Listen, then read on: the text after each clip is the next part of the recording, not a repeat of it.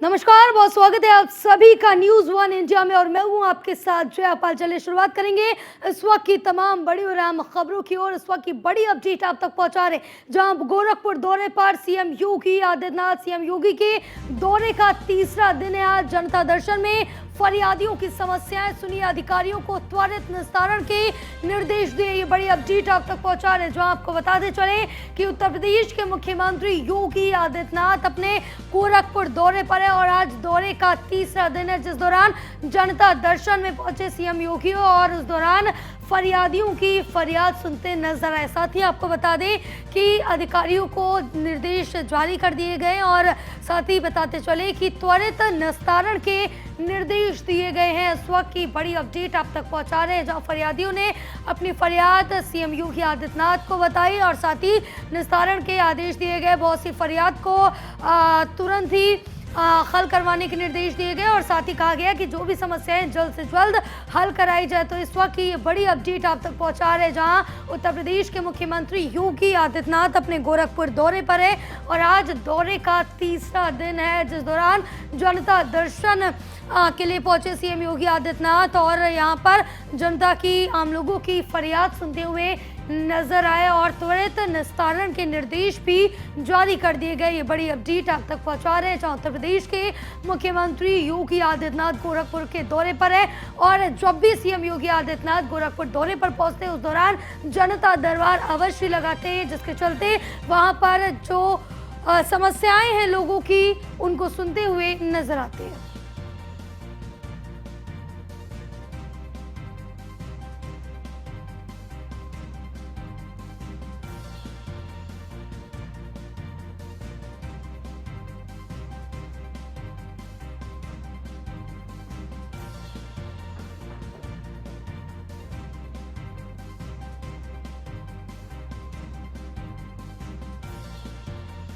तो ये बड़ी खबर आप तक पहुंचा रहे हैं, जो आपको बताते चले कि उत्तर प्रदेश के मुख्यमंत्री योगी आदित्यनाथ अपने गोरखपुर दौरे पर हैं और इस दौरे के दौरान उन्होंने जनता दर्शन में फरियादियों की फरियाद सुनी है और उनको जल्द निस्तारण के आदेश भी जारी कर दिए गए। हमारे साथ हमारे सहयोगी गोरखपुर से सुन करके निस्तारण करने का जो उनका तरीका है, तरीकों को लेकर के खासकर उनसे अधिकारियों से डायरेक्ट बात करना, अधिकारियों को फटकार लगाना, काम न करने पर अधिकारियों को नसीहत देना, खास तौर से यह सब चीज देखने को मिला और खास तौर से हमेशा देखने को मिलता है। आज राजस्व विभाग के अधिक मामले पहुंचे थे, जिसमें महिलाएं अपने घर की समस्या लेकर के पहुंची थी। जमीनी स्तर के मामले अधिक थे। वहीं मुख्यमंत्री योगी आदित्यनाथ ने राजस्व विभाग के समस्त अधिकारियों को निर्देश दिया है, इनकी जांच पड़ताल करने के बाद समस्या का समाधान किया जाए, ताकि जनता दर्शन कार्यक्रम में जनता की भीड़ न लगाए, फरियादियों की भीड़ न आए। आखिरकार जनता की समस्या क्यों नहीं निस्तारण तहसील स्तर पर, थाने स्तर पर, जिले स्तर पर दी जा रही है? अगर निस्तारण होता तो मुख्यमंत्री के जनता दर्शन कार्यक्रम में लोगों की भीड़ नहीं लगी। मुख्यमंत्री ने अधिकारियों को फटकार भी लगाई और कहा इनकी समस्याओं का जांच पड़ताल करके निस्तारण करेंगे। बिल्कुल हरेंद्र, क्योंकि सीएम योगी आदित्यनाथ की तरफ से साफ तौर से कहा गया कि जो भी फरियादियों की फरियाद है त्वरित रूप से इसका निस्तारण किया जाए और ऐसा पहली बार नहीं है। जब भी सीएम योगी आदित्यनाथ गोरखपुर पहुंचते हैं हर बार की तरह इस बार भी जनता दरबार लगाया है।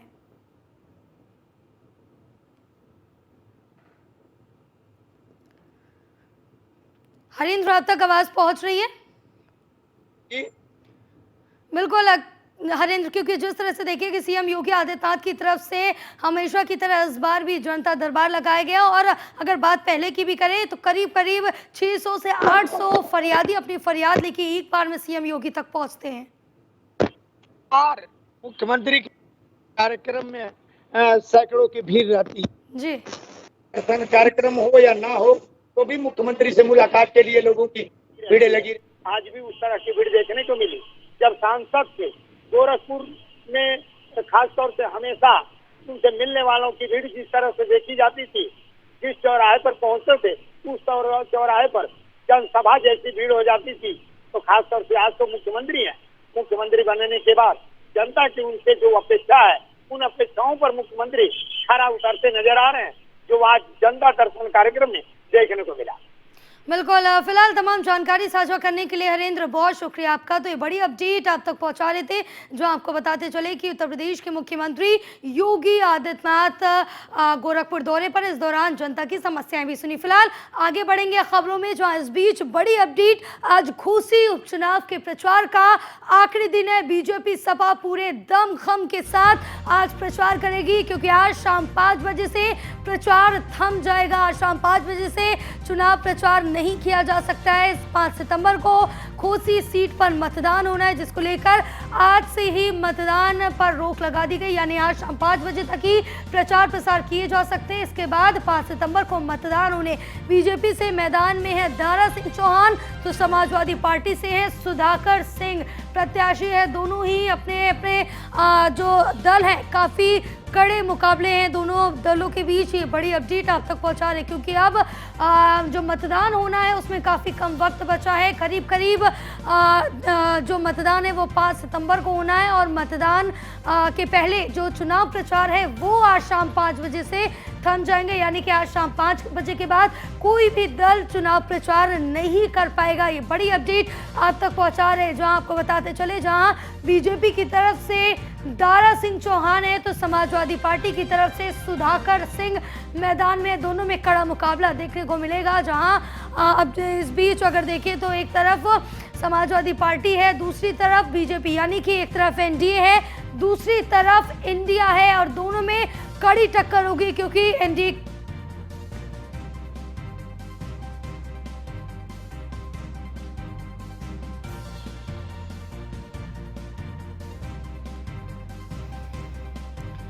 तो ये बड़ी अपडेट आप तक पहुंचा रहे हैं, जहां आज घोसी उपचुनाव के लिए जो प्रचार है वो थम जाएगा, और घोसी चुनाव को, जो घोसी का उपचुनाव होने जा रहा है, इसको लेकर तमाम तरह की जो बातें वो सामने आ रही है। और कहा जा रहा है कि घोसी उपचुनाव एक टेस्ट की तरह देखा जा रहा है, जो लोकसभा में फाइनल में देखने को मिलेगा, क्योंकि कहीं ना कहीं ये कड़ा मुकाबला है। एक तरफ एनडीए जुटी हुई है, तो दूसरी तरफ इंडिया है, तो दो दलों के बीच ये बड़ा मुकाबला होने जा रहा है, और देखना होगा कि कौन अपनी धाक घोसी उपचुनाव में, घोसी सीट पर जमा पाता है, क्योंकि दारा सिंह की जो इस समय है वो भी दांव पे लगी हुई है, और साथ ही वो भी कड़ी कोशिश कर रहे हैं कि वापस से वो अपनी जो सीट थी घोसी की वो हासिल कर पाए। तो वहीं सभा की तरफ से सुधाकर सिंह उतरे हैं, और उनकी भी पूरी कोशिश यही है कि वो दारा सिंह को हटाकर खुद घोसी की सीट हासिल करें। तो ये तमाम जो टक्कर है वो काफ़ी ज़्यादा जोर देती हुई यार नजर आए। तो बड़ी अपडेट आप तक पहुंचा रहे हैं, जहाँ दोनों दलों में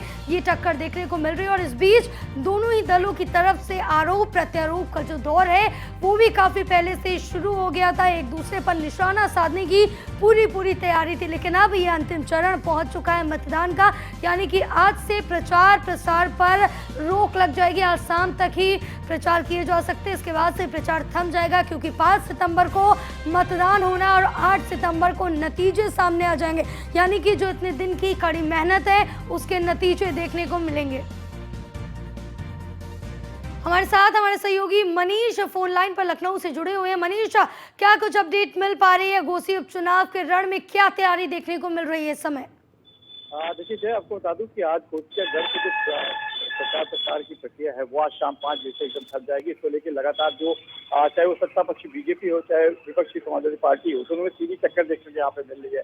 इसको लेकर दोनों को अपने प्रत्याशियों के लिए लगातार आज कैंपेनिंग है, उसको पूरी तरीके से कह सकते हैं कि पूरी तरीके से आज पूरी ताकत के साथ इस कैंपेनिंग में रुकेंगे। और पूर्वांचल का जब रण हो, पूर्वांचल में अगर भोजपुरी सितारों का अगर कहा जाए तड़का न लगे, तब तक वो जो चुनाव प्रचार है जय वो अधूरा माना जाता है। इसको लेकर आज कोपागंज जो घोसी विधानसभा में आता है, उसकी 7 जो ब्लॉक है उनसे होते हुए घोसी तक का एक रोड शो रखा गया है, जिसमें मनोज तिवारी सांसद जो भारतीय जनता पार्टी के हैं वो इसमें शामिल होंगे, निरहुआ जो कि आजमगढ़ के सांसद है वो इसमें शामिल होंगे, रूपाली जो कि भोजपुरी एक्ट्रेस है वो इसमें शामिल होंगे। तो कहीं ना कहीं आज जो जिस तरीके से प्रचार प्रसार को जितना ज्यादा भव्य बनाया जा सकता है उसको लेकर यहाँ कार्रवाई की जाएगी। साथ साथ अगर समाजवादी पार्टी की बात करेंगे तो शाम 4 बजे शिवपाल यादव के साथ सुधाकर सिंह की एक बड़ी जनसभा रखी गई है घोसी विधानसभा में। शाम 4 बजे का समय दिया गया है उसमें भी, और छोटी छोटी जो नुक्कड़ सभाएं हैं जिस तरीके से जो लोग अपनी प्रचार प्रसार कर रहे हैं उनकी जो पूरी तैयारी है उसको लेकर आज पूरी तरीके से रण को जीतने की जो अंतिम कह सकते हैं तैयारी है, अंतिम ताकत जो जो लगाया जा सकता है उसकी तरह से पूरी तैयारी की जा रही है। तो माना जा रहा है कि शाम 5 बजे के पहले आपको उत्तर प्रदेश की घोषी चुनाव के लिए जिस तरीके से बिगुल बच चुका है, उसमें कहीं ना कहीं आज आपको देखने मिलेगा किस तरीके से जो चाहे विपक्ष हो चाहे सत्ता पक्ष हो, दोनों लगातार अपनी ताकत के साथ आज जुटे नजर आएंगे। जी बिल्कुल, तमाम जानकारी साझा करने के लिए बहुत शुक्रिया मनीष आपका। तो ये बड़ी अपडेट आप तक पहुंचा रहे थे, जहां आपको बताते चले कि अब घोसी उपचुनाव के लिए पूरा रण सज चुका है।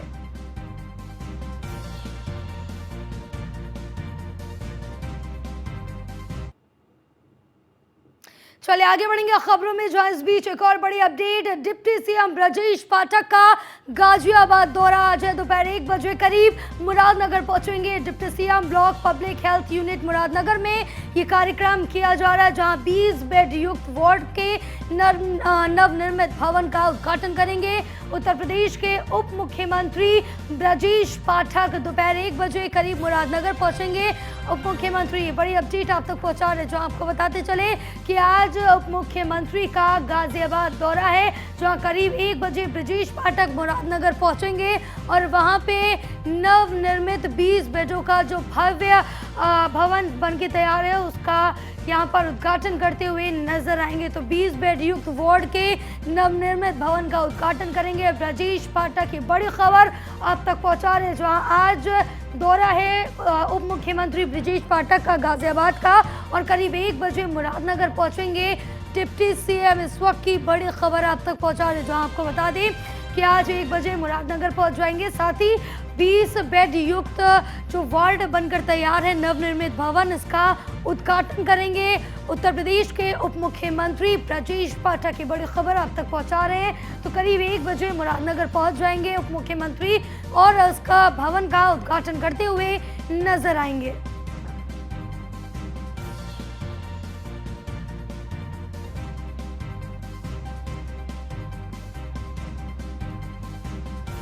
तो इस वक्त ये अहम अपडेट आप तक पहुंचा रहे हैं, जहां आपको बताते चले कि आज गाजियाबाद दौरे पर हैं उत्तर प्रदेश के उप मुख्यमंत्री ब्रजेश पाठक। दोपहर करीब 1 बजे मुरादनगर पहुंचेंगे उप मुख्यमंत्री और ये कार्यक्रम का आयोजन किया जा रहा है। बड़ी खबर आप तक पहुंचा रहे हैं।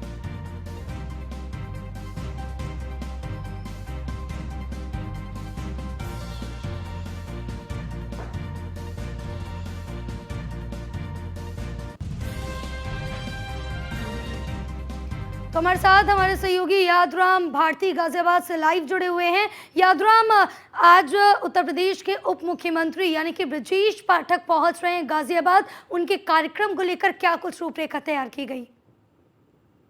देखिए, लगातार जो डिप्टी सीएम है ब्रजेश पाठक, वो लगातार यूपी के जिलों का दौरा कर रहे हैं और सबसे बड़ी बात कि स्वास्थ्य सेवाओं को लेकर वो इतने गंभीर हैं कि अब तक उनके कई स्वास्थ्य सेवाओं को लेकर उठाए गए कदम और साथ ही जो कार्रवाई है वो चर्चा का विषय बनी रहती है। आज भी गाजियाबाद के मुरादनगर में वो हेल्थ यूनिट, एक प्रोग्राम है ब्लॉक हेल्थ यूनिट, वहां पर वो पहुंचेंगे और 1 बजे मुरादनगर में आकर जो 20 बेड का जो नवनिर्मित भवन है उसका वो उद्घाटन करेंगे और इसके साथ ही जो सीएचसी और पीएचसी हैं उनका भी दौरा करेंगे और इस बात की तस्दीक करेंगे कि जो स्वास्थ्य सेवाएं हैं गाजियाबाद में कितनी बेहतर हैं और अगर बेहतर है तो उनको और बेहतर कैसे किया जा सकता है। इसके अलावा डेंगू इस समय बहुत ज्यादा प्रकोप पर है, डेंगू पर को लेकर भी जो है चर्चा होगी। तो तमाम जो स्वास्थ्य सेवाएं हैं उन सभी का जो जायजा है ब्रजेश पाठक लेंगे और इसके अलावा जो 22 बेड का जो भवन है, बिल्डिंग है, उसका उद्घाटन ब्रजेश पाठक द्वारा किया जाएगा। जी बिल्कुल, और इसको लेकर अब तक क्या कुछ तैयारियां की गई, कार्यक्रम को लेकर क्या निरीक्षण किया गया है?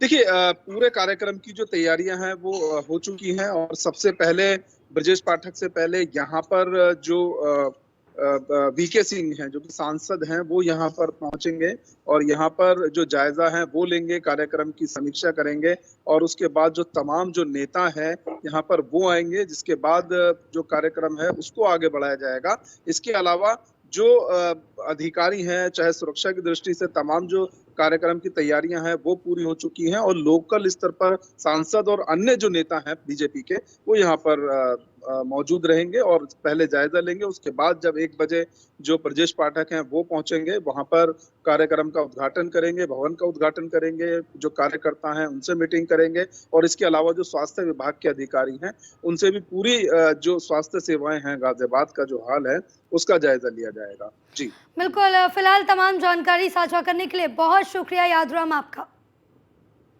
चलिए आगे बढ़ेंगे खबरों में। लखनऊ से बड़ी अपडेट, जहां लोकसभा चुनाव की तैयारियों में अब बीजेपी जुट चुकी है। चुनाव को लेकर अधिवक्ताओं से बीजेपी संवाद करेगी। 1900 से अधिक पदों पर सृजन के लिए वार्ता होगी। यूपी सरकार कराएगी 2 बड़े समारोह का आयोजन, जहां युवा अधिवक्ताओं को सरकार की मिलेगी सहायता। पुस्तक पत्रिका खरीदने में सहायता देगी सरकार और पुस्तक पत्रिका के लिए मिलेंगे 5,000 रुपए वार्षिक। इस वक्त की ये बड़ी अपडेट आप तक पहुंचा रहे, जहां आपको बताते चले कि अब लोकसभा तैयारी में जुट चुकी है बीजेपी, पूरे दमखम के साथ लग चुकी है लोकसभा चुनाव के लिए, क्योंकि अब लगातार जो तारीखें हैं वो नज़दीक आ रही है। लोकसभा चुनाव का समय नज़दीक आ रहा है, जिसको लेकर तैयारियां कर रही है बीजेपी और चुनाव को लेकर अधिवक्ताओं से अब बीजेपी संवाद करेगी। ये बड़ी खबर आप तक पहुंचा रहे हैं। हमारे साथ हमारे सहयोगी अश्वनी द्विवेदी लाइव जुड़े हुए हैं लखनऊ से। अश्वनी, अब जिस तरह से देखें कि लोकसभा चुनाव की तारीख जैसे जैसे नज़दीक आ रही है और बीजेपी की तरफ से कार्य भी लगातार बढ़ाए जा रहे हैं, अब जो तैयारियां हैं वो ज़ोर शोर से की जा रही है और जिसके साथ ही अब अधिकारियों से और अधिवक्ताओं से बीजेपी की तरफ से संवाद किया जाएगा। क्या अपडेट है इसको लेकर? बिल्कुल, पूरे देश में अगले साल चुनाव होना है। लगभग 7 से 8 महीने ही चुनाव के लिए लोकसभा का बचा हुआ है। ऐसे में कहीं ना कहीं भारतीय जनता पार्टी नए नए हथकंडे अपना रही। उत्तर प्रदेश की बात करें तो उत्तर प्रदेश में अब अधिवक्ताओं को फोकस करेगी भारतीय जनता पार्टी, क्योंकि भारतीय जनता पार्टी को बखूबी पता है कि अधिवक्ता वर्ग वो है जो सीधे हर वर्ग से संपर्क में होता है, चाहे वो हायर क्लास के लोग हों या मिडिल क्लास के लोग या लोअर क्लास के लोग हों, सबसे उनका संवाद होगा। हर किसी का आना जाना, उनसे मुलाकात करना होता है। तो ऐसे में अगर अधिवक्ताओं पर अपना प्रभाव डालाता, अधिवक्ताओं को अपने साथ लाया जाता, तो 2024 का जो लोकसभा चुनाव होगा उसमें काफी आराम राहत रहेगी भारतीय जनता पार्टी को। इसको लेकर के अब भारतीय जनता पार्टी जो है कि सरकार जो उत्तर प्रदेश में है बाकायदा तैयारी कर चुकी है। सरकार अब 2 बड़े आयोजन अधिवक्ताओं को लेकर करने जा रही है और सबसे ज्यादा फोकस होगा युवाओं अधिवक्ता पर, जिनकी उम्र 21 साल से लेकर के 40 साल के बीच में। उन अधिवक्ताओं को ज्यादा से ज्यादा अपने साथ जोड़ने की कोशिश जो है भारतीय जनता पार्टी करेगी, सरकार करेगी। सरकार जो है उनके लिए नई स्कीम लाएगी। अब जो युवा अधिवक्ता है उनके पुस्तक और उनके तमाम अन्य खर्चों के लिए सालाना 5,000 रुपए तक की सहायता दे सकती है निश्चित तौर पर। ऐसे में कहीं ना कहीं युवा अधिवक्ता काफी लंबे से मांग कर रहे थे कि अधिवक्ताओं की समस्याओं को सुना जाए, उन पर कुछ काम किया जाए, साथ ही साथ उनको सरकार की ओर से कुछ सहायता भी दी जाए। निश्चित तौर पर उसी के कदम के रूप में इसे देखा जा रहा है। साथ ही साथ 1900 से ज्यादा जो पद हैं उनको सृजन को लेकर के भी वार्ता अधिवक्ताओं से हो सकती है। निश्चित तौर पर एक बड़ी पहल सरकार के द्वारा है और सीधा तौर पर कहीं ना कहीं चुनाव से जोड़ के इसको देखना चाहिए। जी बिल्कुल, और इसके साथ ही सरकार की तरफ से कहा गया कि सरकार की तरफ से सहायता की जाएगी, पुस्तक और जो पत्रिका होंगी वो खरीदने में और 5,000 रुपए वार्षिक की सहायता की जाएगी।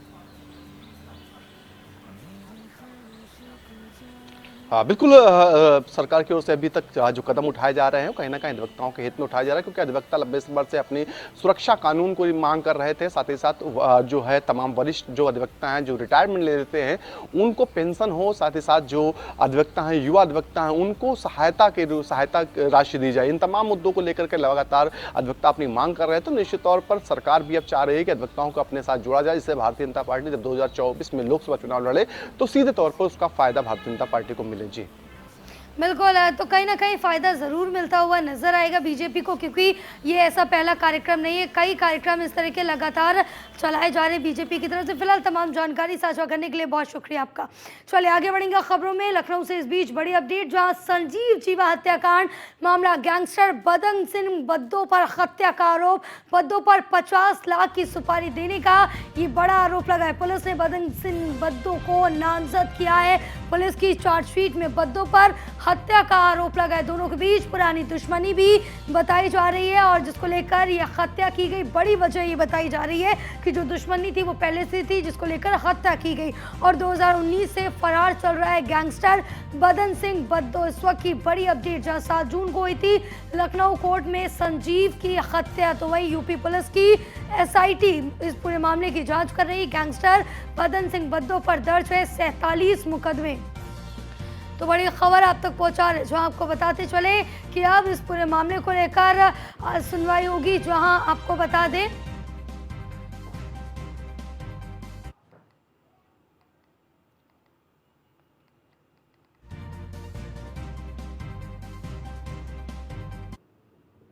चले आगे बढ़ेंगे। अमरोहा से बड़ी अपडेट, मामूली बात को लेकर 2 गुटों में लात घूसे चले हैं।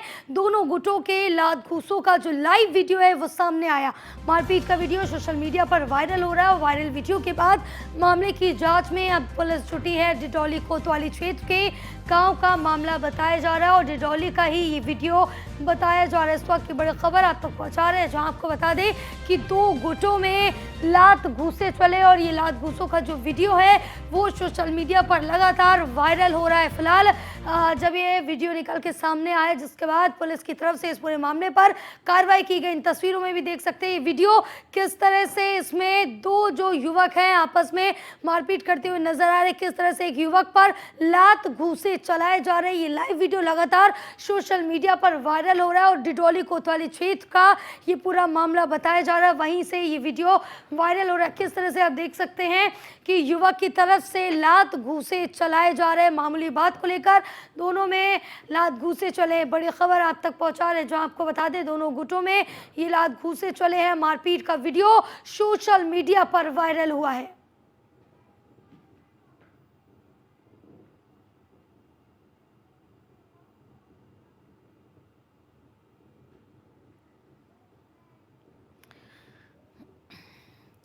तो ये बड़ी खबर आपको अमरोहा से बता रहे हैं, जो आपको बता दें कि 2 गटों में लात घूसे चले हैं और आपको बताते चले कि एक दूसरे पर लात घूसे चलाते हुए नजर आ रहे हैं। तो मध्य प्रदेश के मुख्यमंत्री शिवराज सिंह चौहान ने ट्वीट कर लिखा कि मध्य प्रदेश में आज बहनें सशक्त और समृद्ध है तथा स्वाभिमान से जीवन जी रही है। जन कल्याण की अनेक योजनाओं से बहनों के जीवन में खुशियों का उजियारा आया। आज बड़नगर जिला उज्जैन में आयोजित लाडली बहन सम्मेलन में सहभागिता कर बहनों से संवाद किया तथा विभिन्न योजनाओं के हितग्राहियों को हित लाभ वितरित किया। साथ ही लिखा कि 31 अगस्त तक 1 किलोवाट तक के जिन गरीब भाई बहनों के बढ़े हुए बिजली के बिल आए वो बढ़े हुए बिल मैं भरवाऊंगा।